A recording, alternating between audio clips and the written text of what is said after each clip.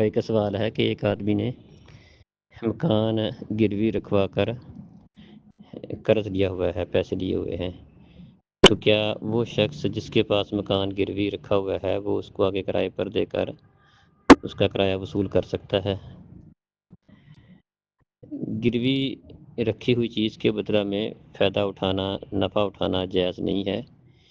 کیونکہ یہ قرض کے اوپر نفع ہے۔ اس شخص نے دوسرے آدمی کو قرض دیا ہے، اور اگر وہ اس کی گروی رکھی ہوئی چیز سے خود فائدہ اٹھائے گا یا آگے کرائے پر دے کر اس سے فائدہ اٹھائے گا تو وہ اس قرض کے اوپر فائدہ اٹھا رہا ہے، تو قرض کے اوپر جو فائدہ ہوتا ہے وہ سود ہوتا ہے،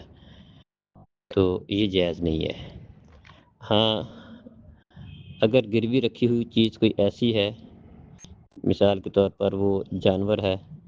اس کو سنبھالنا پڑتا ہے، چارہ ڈالنا پڑتا ہے، باندھنا پڑتا ہے، پانی پلانا پڑتا ہے، تو حدیث میں اس خدمت کے بدلے میں جو جانور کی لا محالہ کرنی پڑتی ہے، جانور کو سنبھالنا پڑتا ہے، تو اس کے بدلے میں اگر وہ سواری والا جانور ہے تو اس کے اوپر سوار ہوا جا سکتا ہے، اور اگر دودھ والا جانور ہے تو اس کے چارے وغیرہ کے بدلے میں اس کا دودھ پیا جا سکتا ہے، بصورت دیگر وہ چیزیں جن کے اندر اس طرح کا مسئلہ نہیں ہے کہ ان کو سنبھالنا پڑتا ہو، ان کو چارہ ڈالنا پڑتا ہو، ایسی چیزیں نہیں ہیں، تو